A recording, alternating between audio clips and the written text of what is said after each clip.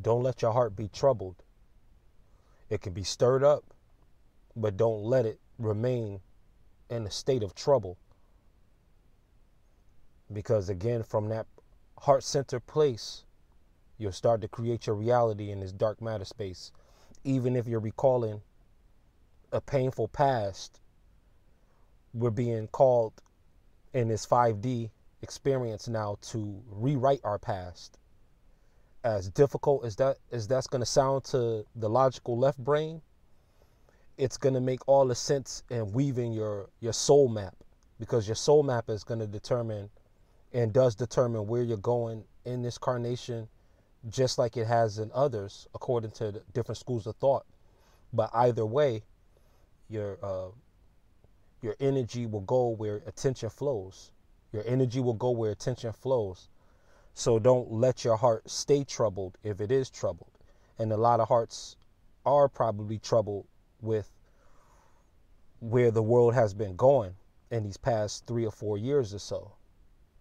And it's perfectly fine for you to acknowledge your emotions, so that when your heart is troubled, acknowledge the troubling of the heart, but don't stay there. Abraham Hicks, one of the law attraction spokespersons in the beginning of the Aquarian age, to sort of bring it in, she was talking about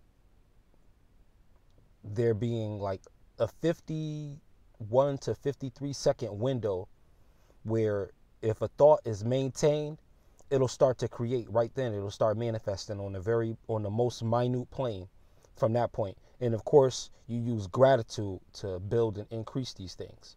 And exponentially, there's thought hours that are like over these man action hours. And when you read the article, you can do the math, but it's astounding what the information that's there, that you can do tens of thousands of hours of work, of action, of manifestation, of moving things around in your circumstances before they even come, with just 5 minutes, 10 minutes of thought, of a concentrated thought, a concentrated mood, a concentrated visualization. This is why visualizations in a way surpass mantras, because a picture is worth 1,000 words. If you can hold a picture and ingrain a picture, that's like 1,000 mantras.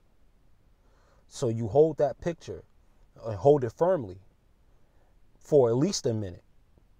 And it's okay to start and stop as many times as you please, because all of it is going to be momentous. This is what you're doing to make sure that your heart is not troubled. You're feeding the things that make your heart like still water. You're speaking peace to the storm. You're telling the storm to be still.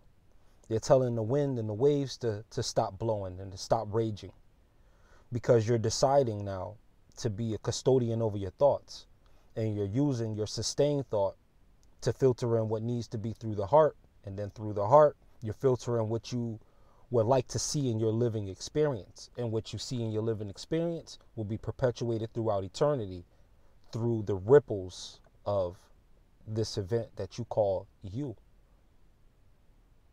So always keep a watch, because just like the scriptures say, the master stands at the door and knocks.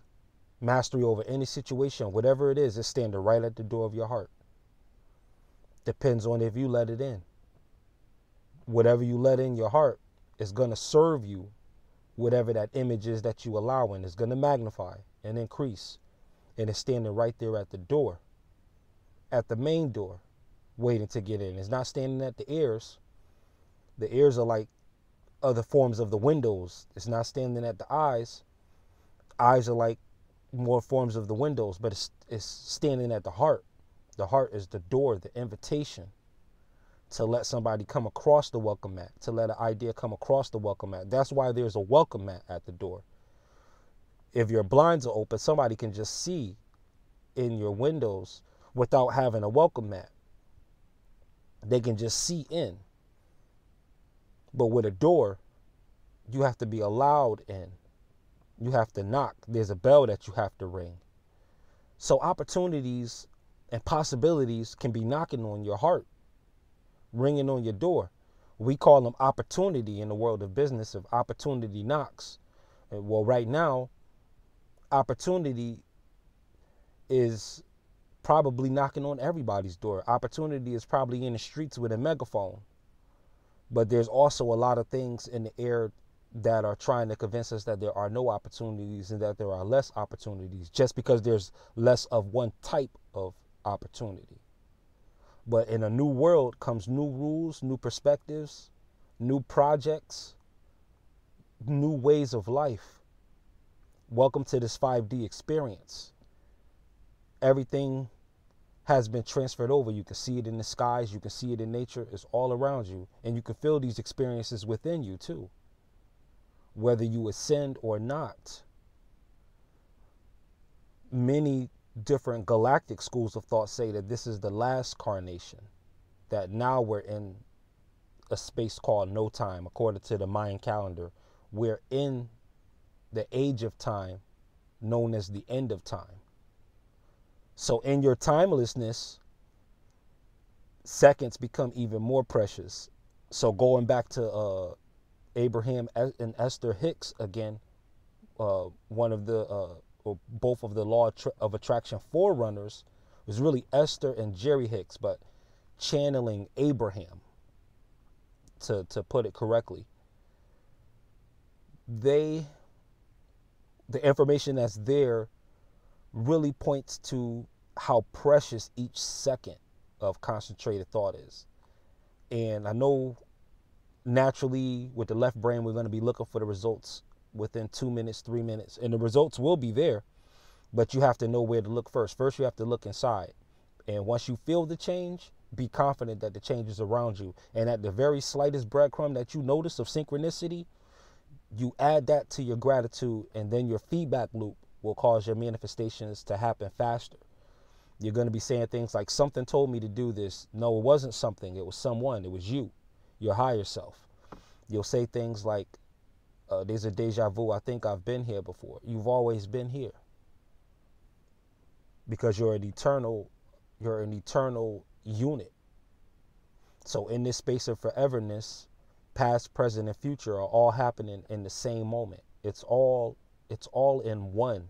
It's all in one capsule, past, present, and future. Because remember, every single time there ever was called now. Every single time there will be is called now. Even now that there is no time, it's still called now. We're going back to the very basics of time, existence. We're not headed into the future. We're headed into the past. Because both past and future are the present, because both things are gifts.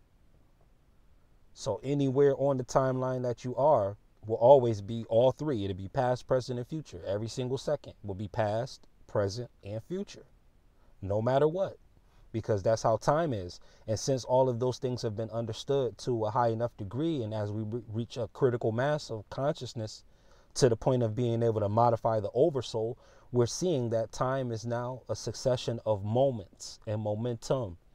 And the digits, again, are just there for receipts. Just there for receipts. As they say in the new social media age, stack up those receipts. Stack up those receipts. Because that's ammunition for gratitude. And when gratitude is loaded at a full clip, no matter what armies of doubt will come up against you, you have enough gratitude in the chamber.